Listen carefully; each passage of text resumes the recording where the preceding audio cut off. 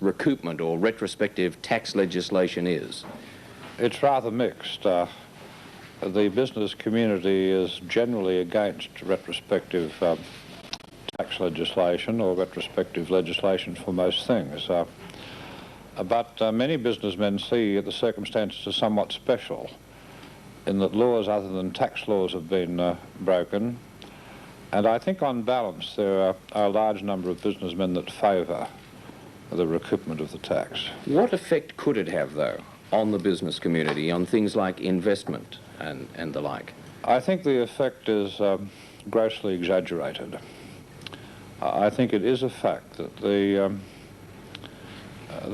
persons concerned and the businesses concerned have had the benefit of the tax money, or certainly 90% of it.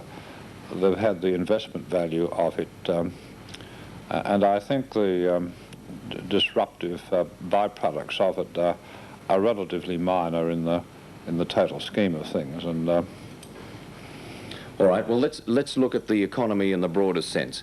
How would you and your fellow corporate colleagues believe that the Fraser government is managing the economy at the moment? Good question. I think one needs to first understand that Australia is caught up with a world recession, with no country exempt from that recession. The situation in the UK, in Canada, the United States and so on is worse than it is in Australia. So you have to measure our position relative to the rest of the world. I would say that we are doing better than other countries, except in the area of inflation. And I think we have a big challenge in 1982-83 to get our inflation down to considerably lower rates, and a challenge of perhaps greater social significance is the unemployment we're likely to have in the first quarter of 1983 arising from the school leavers. Well, now, on that question of unemployment, we have this overnight forecast that it could hit 700,000 by June. Do you accept a forecast of that kind? No, I think that that's too high. I think that we will probably go through 500,000 in the first quarter of 1983. That's not good, and it will be a big challenge to bring that down throughout 1983. I think it will peak in March 1983. I think in absolute terms it will be the worst that we've ever had, and in percentage terms that the worst that we've had for 50 years. When you talk of a challenge, are you encouraged or discouraged by what government is doing to meet that challenge, to cushion the blow? Well, you see, Australia's prosperity is partly dependent on prosperity in the rest of the world. We are very much an exporter of goods. The countries that buy our raw materials are in recession, and they are ordering less of those materials. Prices have fallen, in some cases arising from the lack of reliability in Australia in respect of the delivery of certain materials. Orders have been switched to other countries, which hurts us. And in addition to those things, we've just had a very significant and very widespread drought. And all of these factors put together has made Australia's outlook in 1982 and 1983 very grim. But I hasten to mention not as grim as that which exists in some of the other countries that I've mentioned.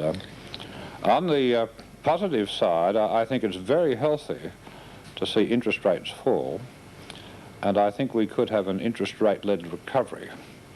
And I'm also very confident those interest rates will stay down. In fact, I think they'll go lower. Just finally, and very briefly, we've been darting around a bit.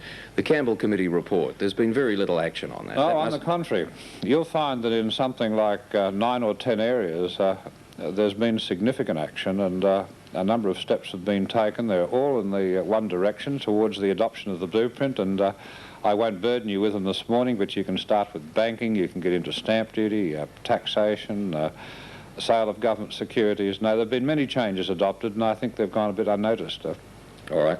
Perhaps next time we'll have a chance to discuss that. Nice to have had you with us. Thank you. Sir Keith Campbell, Chairman of the Hooker Corporation, joining us this morning in our studios. And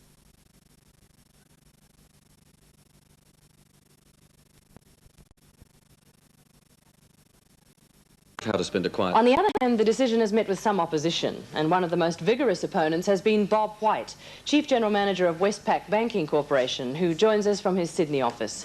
Good morning, gentlemen. Thank you for joining us this morning. So, Keith, I wanted to ask you first off, really, if you could explain to us just what the introduction of the 10 banks means to me, to the public. Yes, Sue. My committee recommended the deregulation of banking because it was not of the view that the community was best served with the present regulated system. In anticipation of those recommendations being accepted by government, one contemplated an expansion in the banking industry. As a consequence of that expansion, we saw a need for more players. We saw a need for more competition. And we were of the view that that competition should come from domestic institutions which might apply for banking licenses, but it might also come from overseas applicants for licenses. So the community, in our opinion, should benefit on two counts. Firstly, there would be an expansion in the banking industry per se, which we think is in the community's interest, and there would be more players, or more particularly more competition. And when you have more competition, that's generally better for the community. The community is serviced better, lending rates are more competitive, and so on. Do you think this will mean a boost for business, and will it affect big businesses or small businesses? I think it will affect all businesses. A large business now has access to international markets, and I do not think, except for Australian dollar borrowing, that it will make an enormous difference to the large corporations because they can obtain loans in foreign denominated currencies. They can arrange for the hedging of those loans now. But I think that the whole of the community, small business, middle business, large business, the man in the street, should all benefit from a contribution to the competitive structure. Well, Mr. White, you've heard what Sir Keith has to say. I understand that Westpac is not particularly in favour of the foreign banks coming in. What is your opposition to this move? Well, Sue, let me clarify our attitude from the outset. We're not opposed in principle to the entry of foreign banks. Our opposition stems from the fact that there is a wide range of controls over the existing banking system. And we've always argued that those controls should be removed before foreign banks are admitted. Now, much of our discussion this morning has centred around home lending rates. Those rates are controlled. As you know, we currently precluded from charging above 13.5% for housing loans. Most of the housing loans are made through that vast branch network that we have, and we doubt very much, if that control remains, whether the foreign banks are going to be all that interested in entering the house lending market. And so my argument is that the ordinary man on the street is not going to benefit greatly from the foreign bank entry, particularly if the controls which now exist are to be continued. Well, Mr. White, Sir Keith has made the point that competition is essential to the banking industry and to the good of the public. Would you agree with that you've always favoured competition, and this is definitely a form of competition? We are strongly a free enterprise bank, and we have no argument about competition. But controls, and particularly a control in the form of a ceiling interest rate, stifles competition. And since we have a large branch network, and since we are already locked into very substantial lending, in fact probably 50% of our lending is at controlled rates of interest. We see the foreign banks not entering that area but creaming off the top of the more profitable wholesale business. Mr. Keith, I think the general public are very concerned about home loans. Do you think the foreign banks will enter into this part of the market?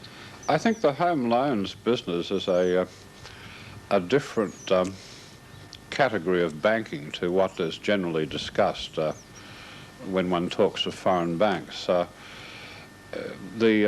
Most home loans are made by the savings banks, to a lesser extent the trading banks and the building society throughout Australia. And this takes the form of harnessing household deposits into savings accounts of varying descriptions and making housing loans out of those deposits. Now, I'd agree with Mr. White that foreign banks would not see themselves foremost in the housing area. But I would like to say this in respect of his comments. My committee did contemplate total deregulation of banking before the admittance of new players. And the two, in our opinion, do go hand in hand. Now, what I'd like to also stress that there is ample time for further deregulation of banking, and that we've had substantial deregulation now. But about 18 months, isn't it, before the banks are expected to come? Well, it might be something like 12 to 18 months. So, having regard to the deregulation that's already taken place, and having regard to the scope for further deregulation, I think we are likely to find a deregulated system and the admittance of foreign banks going hand in hand, and that's certainly what the committee had in mind. Well, Sir Keith, thank you very much for joining us this morning. Mr. White, thank you. Thank you both, gentlemen. Thank you. Australia's first loss in the series. Good to have a good news story now and again. Well, as you've noticed this morning... Is the chairman of the Hooker Corporation, the author of the report on financial institutions in Australia, Sir Keith Campbell. Good morning to you. Good morning, Steve. Can we talk about the much publicised meeting of employers and industrialists last night? And can I suggest to you that your short, sharp speech to the summit yesterday was probably one of the reasons for that meeting and the employers' need to unite to put a case today? Well, as regards the meeting last night, it is a fact that the private sector and employer organisations met. They hadn't met as a body since they'd arrived in Canberra. The principal object was to be informed about the proceedings for today, to ask about the subject matters, to determine who may wish to speak and for how long, and to try and accommodate the wishes of everyone through a steering committee with the object of trying to conclude papers and addresses by, say, lunchtime today, so that the summit can then proceed into a debate and a consideration of the options. Now, it might seem that an hour and a half is a long time just to settle that sort of matter, but there were a very significant number of people there. Right. It might have been 50 in all, I suppose. Can we expect a response from the private sector at the summit today to the call for wage indexation and adjustments, staggered or otherwise? I think the principal issue in respect of wages is a response to the desire of the unions to have a centralised wage-fixing system. And I think that raises the question of defining what is meant by that. I think it means regular national wage hearings. I don't think it means any more than that. It doesn't include the states. I think it's intended to be a single-tier system, that there'll be no doubling up. I think it's intended to be enforceable. So I think today that aspect ought to be clarified. What is meant should be defined, and I'm sure the employers will respond to what the unions are seeking in that connection. But I think it is simply regular national hearings. Could I speculate that the private sector will probably accept centralised wage fixing but hesitate on adjustments, regular adjustments? Yeah, well, you may speculate, Steve. No, I think we'll have to see what the day brings. Was there unity at last night's meeting, or was there a time during that meeting where things started to get a bit heavy? No, I don't think it was a heavy meeting. I think some people were concerned that they may not be heard, that we might run out of agenda time, and it was important that the steering committee pay attention, I think, to their concern and listen to them, record their wishes, see whether they could be fitted in, and so on. And the main issue was really about the agenda. And who might like to speak today? Just finally, can I come back to your speech to the summit yesterday? You said that you and some of your business colleagues are now disenchanted with 7 years of economic policy under a former government, which gave priority to getting inflation down first before it did anything about unemployment. And I'm sure a lot of people would say, that's fine, we welcome someone like Keith Campbell saying that. But why has it taken so long? Well, Steve, the unemployment has accelerated so quickly in that in a very, very short period of time we've gone to a level of 700,000, which is the highest for 50 years, and it's more than 10%. 12 to 18 months ago we were so much better off than the United States, Canada, Great Britain. For some time most businessmen supported the policy of government that we must get inflation down, and if we were able to achieve that, the other things would fall into place. Now, we haven't been able to get inflation down. In fact, it was 11% in 1982, and it was double that of our trading partners. And yet we have unemployment of 700,000. Now, it's no longer appropriate to say inflation first and employment second, because if we maintain that attitude, unemployment will go through the 1 million mark. And so I'm disenchanted with that priority. Right. And I fully support a policy where we tackle employment and inflation simultaneously.